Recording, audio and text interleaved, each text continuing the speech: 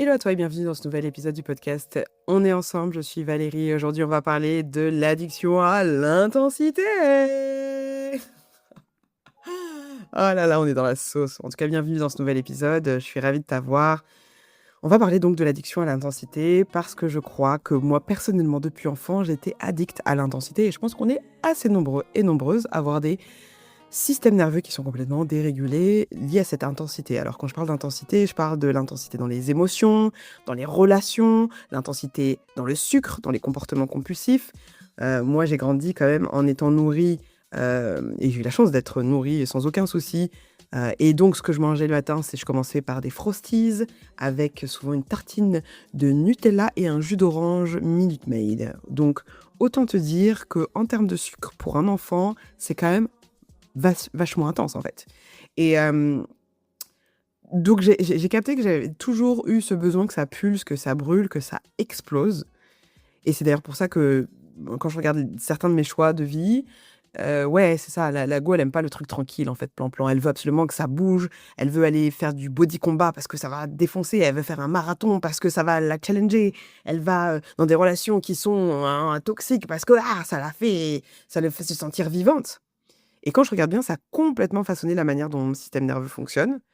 Toujours en haut, toujours en bas ou toujours dans le trop, avec le sentiment de pas être assez. Un combo vraiment. Et tu sais, aujourd'hui, je trouve que ma vie est beaucoup plus calme. Et pour être totalement honnête avec toi, parfois je m'emmerde. Vraiment. C'est-à-dire que là, en ce moment, je navigue une période où je me fais chier. Pourtant, j'ai plein de trucs à faire, hein. Mais il y a un truc de putain, mais qu'est-ce que je m'ennuie en fait. Je me surprends à penser que ma vie, elle est un peu plate. Il y a pas de drama, il y a pas, tu sais, cette dopamine qui vient ou cette cortisol ou cette adrénaline parce que les dramas, les feux sont éteints, parce qu'on a appris à anticiper, parce qu'on est devenu une grande fille. Et c'est encore d'autant plus fou parce que je manifeste des choses que j'ai désirées depuis longtemps et pourtant, je m'ennuie. Parce que mon esprit, mon corps, ils ont été câblés pour le chaos, pour l'intensité. Mais là, je suis en train de réaliser que ma vie, c'est pas que ma vie, elle est plate, c'est que je suis en train d'apprendre autre chose, d'être dans une nouvelle timeline où en fait les codes sont différents. Mais donc j'ai l'impression que c'est de l'ennui. Cette nouvelle timeline, cette nouvelle réalité, on met plus de douceur, là où justement il y avait de l'intensité, où il y avait du drama, où il y avait du combat, où il y avait de la résistance. C'est, apprendre à créer un espace de sécurité, notamment pour mon enfant intérieur. Parce qu'au fond, ce qu'elle réclame, la petite fille en moi, c'est, pas du drama, c'est de pouvoir me poser, respirer, créer, être tranquille, aller dans la nature, cultiver mes propres fruits et les légumes. Si je pouvais, ne pas avoir à gérer, cette notion de tu vois, d'argent, de vendre, d'être présente sur les réseaux sociaux, honnêtement, je m'en passerais, pour être totalement transparente. J'aime bien, mais elle a envie de se poser, en fait, elle a envie de rester là, tranquille, à passer sa journée à coller des coquillages, et des graines de pistache, sur des trucs pour faire des arts décoratifs. C'est ça son kiff, en fait. Et peut-être que ça te parle aussi, peut-être parce que je sais que ce que je vis, c'est pas rare. Il y a une étude selon l'INSERM qu'il y a à peu près une personne sur 10 qui développe une addiction comportementale. Donc addiction comportementale, c'est les jeux, les achats compulsifs, la nourriture et c'est pas forcément à cause de la substance en soi, mais c'est parce que le système nerveux cherche l'intensité pour se réguler. Parce que parfois, on a besoin de sentir quelque chose. Parfois, on n'arrive pas à mettre des mots sur ses propres émotions, donc c'est mieux d'aller poser un acte qui va nous faire sentir quelque chose. Parfois, les émotions qu'on vit sont tellement puissantes qu'on préfère aller poser un acte pour faire distraction.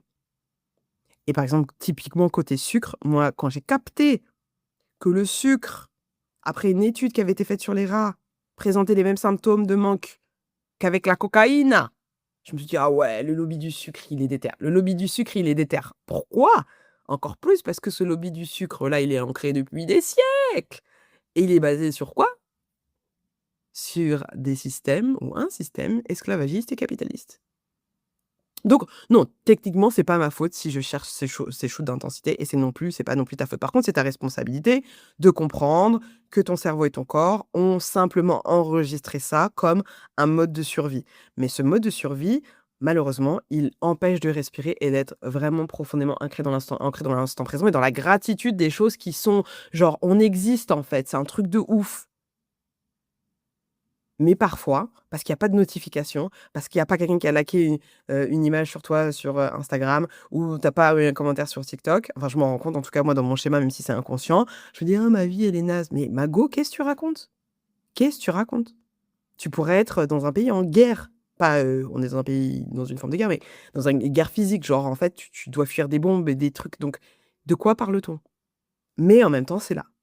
Alors aujourd'hui, je voulais, te partager en fait déjà cette, confession un peu intime et surtout, te partager 4 pratiques qui permettent de canaliser selon moi cette intensité que je vais continuer de mettre en place pour ne pas craquer et pour transformer cette, intensité, la transformer en carburant. Donc la première chose que j'ai identifiée, c'est la création.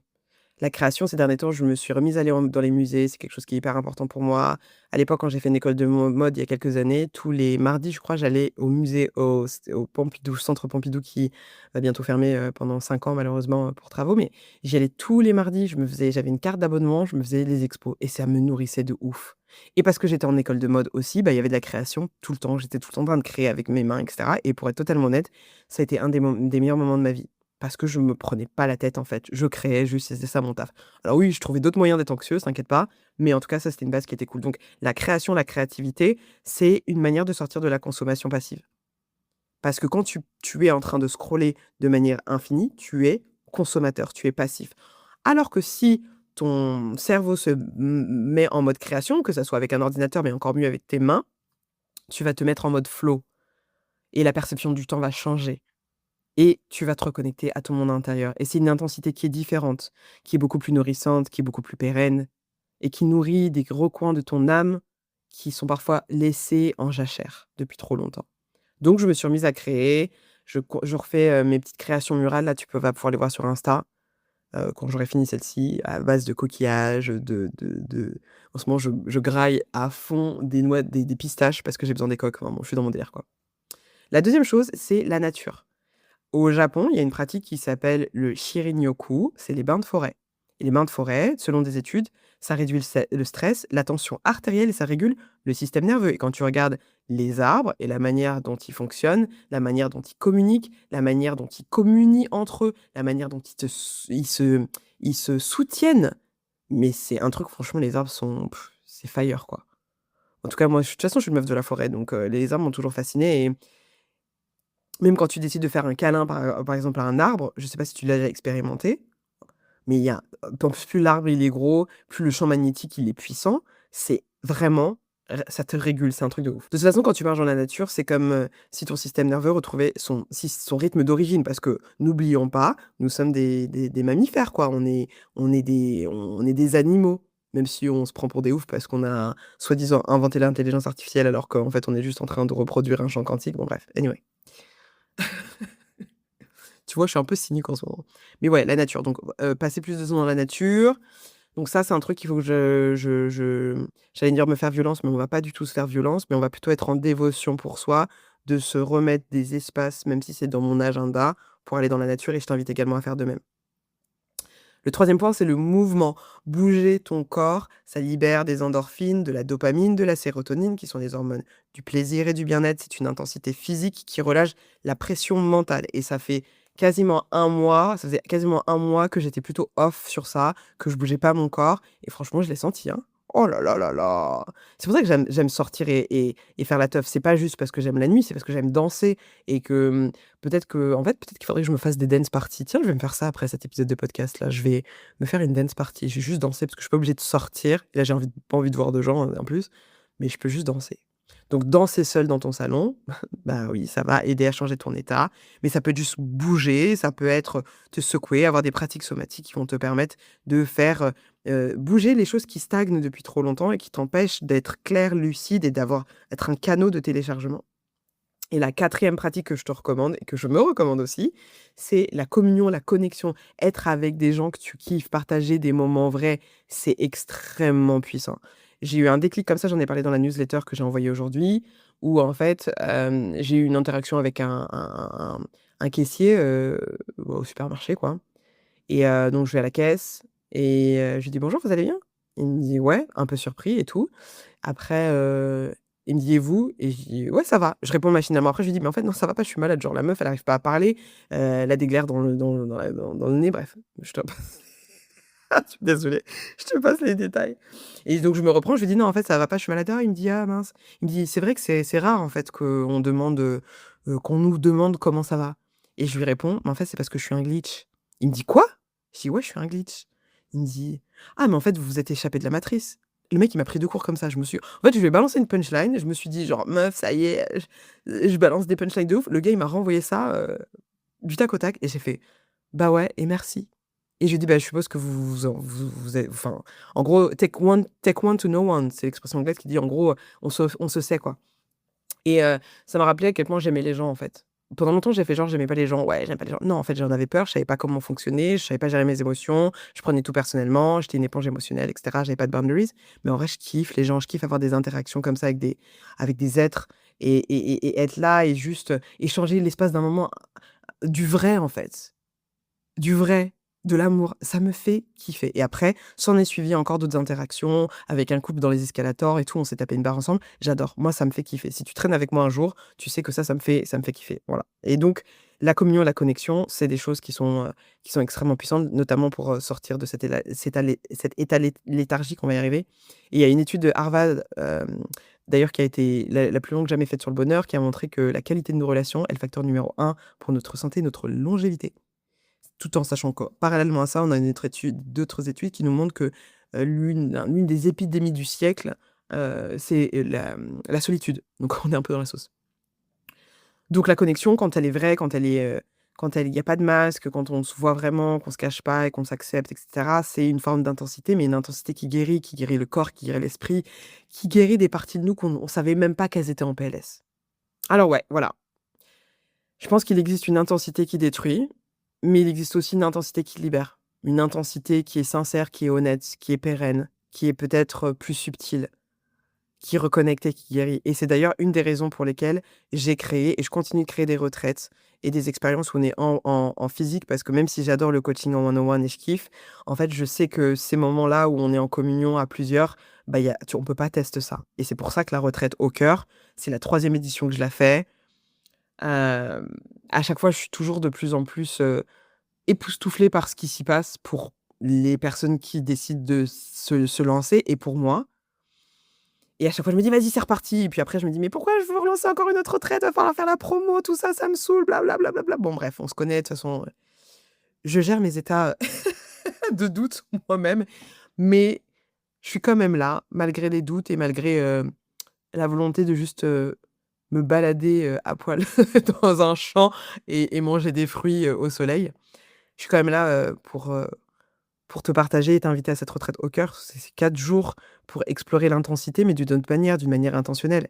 On va, être dans l'intensité qui guérit, dans l'intensité qui libère, dans l'intensité qui reconnecte.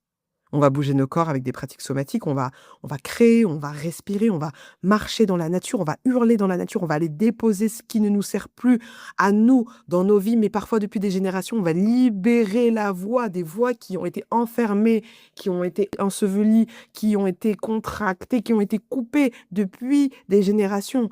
On est des glitches dans la matrice, on va rire, on va pleurer aussi, c'est hyper important et surtout on va se rencontrer pour de vrai, pas avec des masques, pas avec des façades, juste des moments authentiques et j'ai hâte et même moi là, aujourd'hui, j'en ai besoin. C'est pour ça, en fait, je crée des choses dont j'ai besoin, pour être totalement honnête, on va pas se mentir. Donc peut-être que toi aussi, tu connais ça, ce besoin d'intensité ou cette phase d'ennui ou ce sentiment de vouloir connecter ou de t'offrir une retraite, de vivre une expérience qui va être différente, de t'autoriser à peut-être avoir des croyances différentes, à investir du temps, de l'énergie, de l'argent en toi en disant: «OK, ça me fait peur mais j'y vais. OK, j'ai envie, je vais jusqu'au bout, j'honore l'élan». Si c'est le cas, eh ben, tu es la bienvenue. Tu es parce que la bienvenue parce que c'est une retraite 100% féminine. Et peut-être qu'il est temps de sortir du chaos, peut-être qu'il est temps d'embrasser finalement le calme, le luxe, le privilège d'être calme, le privilège d'avoir un système nerveux régulier qui n'est pas que pour les autres, mais qui est également pour nous. Et c'est pour ça que je crée un espace pour se reposer, pour respirer, pour être en sécurité, pour apprendre à se choisir, pour apprendre à s'aimer de manière inconditionnel à chaque instant, même quand on n'est pas beau ou pas belle, quand on n'est pas à la hauteur de ce qu'on pense qu'on devrait faire, quand c'est le bordel chez nous, quand on s'est pas lavé depuis 4 jours, quand on a des sautes d'humeur, quand on est en phase lutéale, tout ça. En fait, on a le droit à l'amour et ça commence d'ailleurs par nous. Donc si c'est le cas, encore une fois, je t'invite, viens secouer ta réalité avec nous, viens transformer ton intensité en puissance créatrice, viens au cœur, ça va être du 8 au 11 novembre, c'est un week-end où il y a un férié, donc il va y avoir un pont a priori, et je te promets, après ces 4 jours, tu ne regarderas plus ton intensité de la même manière. Après ces 4 jours, tu vas être transformé et tu vas sortir de ce portail d'activation complètement transformé. Je ne sais pas comment, mais je le sais que ça va bouger. Donc si ça t'intéresse, le lien est dans la description de cet épisode. Il y a, comme toujours, des modalités de paiement parce qu'on essaye non, on n'essaye pas, on le fait parce qu'on veut que ça soit le plus accessible tout en étant respectueuse du travail, des coûts, en fait, incompressibles d'une retraite. Enfin, je veux dire, tu payes un lieu, tu payes des intervenantes, ça fait de l'argent, voilà. Mais donc c'est pour ça que je mets des modalités de paiement en 4 fois ou en 6 fois. En tout cas, moi, je serais honorée de t'accueillir. Déjà d'avoir, enregistré ce podcast, ça m'a sorti de ma torpeur, donc juste merci d'être là, tu vois? D'être à l'écoute de cet épisode. Merci d'être de plus en plus nombreux et nombreuses à écouter le podcast, à commenter, à envoyer du love, à le partager autour de vous, à m'envoyer des DM. Ça me fait grave plaisir, vraiment et bah, on est ensemble, tu capté? À la semaine prochaine. Merci infiniment pour ton écoute et ta présence sur ce podcast. J'espère que cet épisode a fait vibrer quelque chose en toi, qu'il t'a guidé vers un peu plus de clarté, un peu plus de paix, un peu plus de magie. Ce podcast a été produit par mes soins avec beaucoup d'amour, d'intention et de fun. La musique que tu entends, c'est l'œuvre magnifique de ma sœur Clémy, qui est sound designer, chanteuse et DJ. Et vraiment, je mets tout mon cœur pour que chaque épisode soit une véritable expérience pour ton âme et que tu en ressortes grandi. Si tu sens que le moment est venu pour toi de te rappeler qui tu es vraiment, et surtout, si tu te sens prête à l'incarner pleinement dans ta vie, je t'invite à booker un appel d'initiation offert avec moi de 45 minutes. Et ça va nous permettre ensemble de continuer d'avancer vers ton éveil pour aligner tes actions à ton essence, que ce soit au travers d'un coaching, d'un bilan de compétences, d'une formation, d'une expérience, bref, the sky is the limit. Pour prolonger cette aventure ensemble et profiter des ressources complémentaires que je crée pour t'accompagner avec ce podcast, je t'invite à me retrouver sur le compte Instagram du podcast. On est ensemble, c'est très simple, tu vas sur Insta et tu tapes On est ensemble podcast. Et là, je partage des pépites, des inspirations pour t'accompagner, en plus des épisodes, des questions d'introspection pour aller plus loin et pour intégrer tout ça.